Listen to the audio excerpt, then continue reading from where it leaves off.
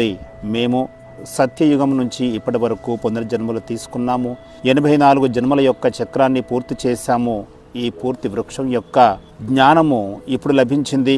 మేమే దేవీ దేవత ధర్మానికి చెందిన వారిమి. ఆ తర్వాత రావణ రాజ్యంలోకి వచ్చాము. అలా వచ్చిన తర్వాత దేవీ దేవతలుగా చెప్పుకునే అర్హతను కోల్పోయాము. అందువల్ల ధర్మము కూడా మారిపోయింది. హిందూ ధర్మంగా చెప్పుకోవడం ప్రారంభించాము. ఇతర మతస్థులు ఎవరు కూడా తమ ధర్మాన్ని మార్చుకోరు. క్రిస్టియన్స్ చూడండి, వారు క్రిస్టియన్ ధర్మంలోనే ఉంటారు. బౌద్ధులు కూడా బౌద్ధ ధర్మంలోనే కొనసాగుతారు.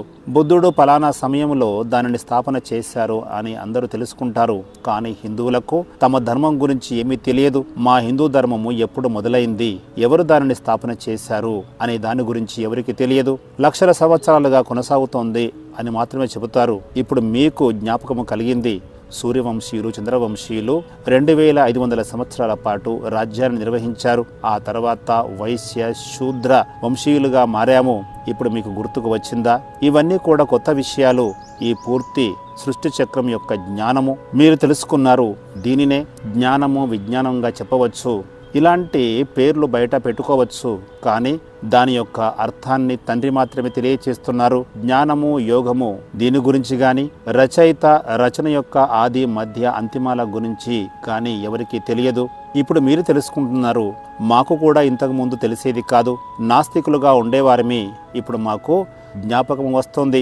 భక్తి మార్గంలో కలియుగం యొక్క ఆయుష్ను లక్షల సంవత్సరాలుగా చెప్తూ వచ్చాము. ఇదంతా కూడా భక్తి మార్గంలోని గొప్పలుగానే భావించవలసి ఉంటుంది. తమకు తాము గొప్పలు చెప్పుకుంటూ ఉంటారు. ఇప్పుడు మీకు జ్ఞాపకం వచ్చింది.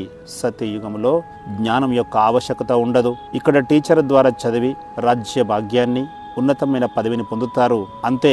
మీరు నివసించడానికి కొత్త ప్రపంచము అవసరం ఉంటుంది. ఈ పాత ప్రపంచం పైన దేవతలు అడుగు పెట్టరు. అందుకే తండ్రి మీ కొరకు ఈ పాత ప్రపంచాన్ని సమాప్తం చేసి కొత్త ప్రపంచాన్ని స్థాపన చేస్తున్నారు. మా కొరకు ఈ పాత ప్రపంచము తప్పకుండా సమాప్తము కావలసిందే అని మీరు తెలుసుకుంటున్నారు.